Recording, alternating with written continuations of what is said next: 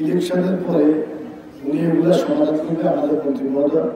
তারপরে বিশেষ করে আমাদের মাহমুদুর রহমান বেলায়েত সাহেব আর আমাদের খায়রুল আলম সেলিম সাহেব, ওনারা দুজন বলছে যে কোনো অবস্থায় তোমার এই দাবিগুলো আমরা উত্থাপন করুন এবং সমাধান করুন।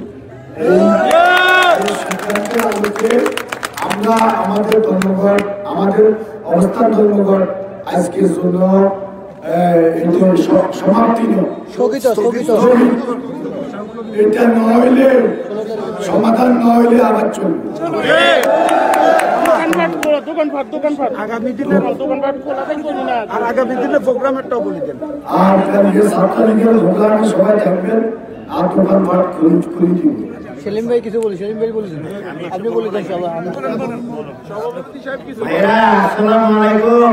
ছাত্রলীগ যুবলীগ আওয়ামী লীগের ভাইরা, আমাদের নেতা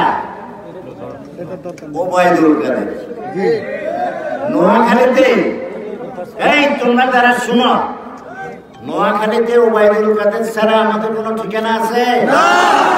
সারা নোয়াখালীর কোনো ঠিকানা আছে? চিটাগাং ডিভিশনের কোনো ঠিকানা নাই। সেই ওবায়দুল কাদেরের এলাকা হলো কোম্পানিগঞ্জ, সেই ওবায়দুল কাদেরের জন্মভূমি কোম্পানিগঞ্জ, সেই ওবায়দুল কাদেরের কর্মস্থল হলো কোম্পানিগঞ্জ।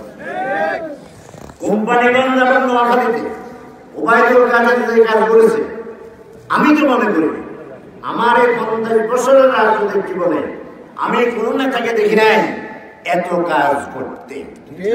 এটাকে আপনারা অস্বীকার করেন? তাহলে আপনারা ওনার দিকে তাকাইয়া, ওনার ছোট ভাই, আমাদের ছোট ভাই মির্জা আমাদেরকে অসম্ভব সম্মান করে, শ্রদ্ধা করে। তার অফিসে গেলে সে চেয়ার থেকে উঠে যায়, আমি অসম্ভব তাকে স্নেহ করি এবং সে কাজের লোক। কোম্পানিগঞ্জের রাজনীতিটাকে সে ধরে রাখছে, কোম্পানিগঞ্জের রাজনীতি তার হাতের মুঠোর মধ্যে ইনশাআল্লাহ সে কন্ট্রোল করে রাখছে। সে যে কথাগুলো বলছে, এই কথাগুলো মিথ্যা বলে নেই। আমি এই জন্য তার ধন্যবাদ দিয়েছি। যে কথা আমরা বলতে সাহস করি, আমরা বলতে সাহস করি সে বলছে। তো আমাদের নেতা আরেকজন আছে বেলায়েত ভাই, আমাদের এই কাদের ভাইয়ের কথা।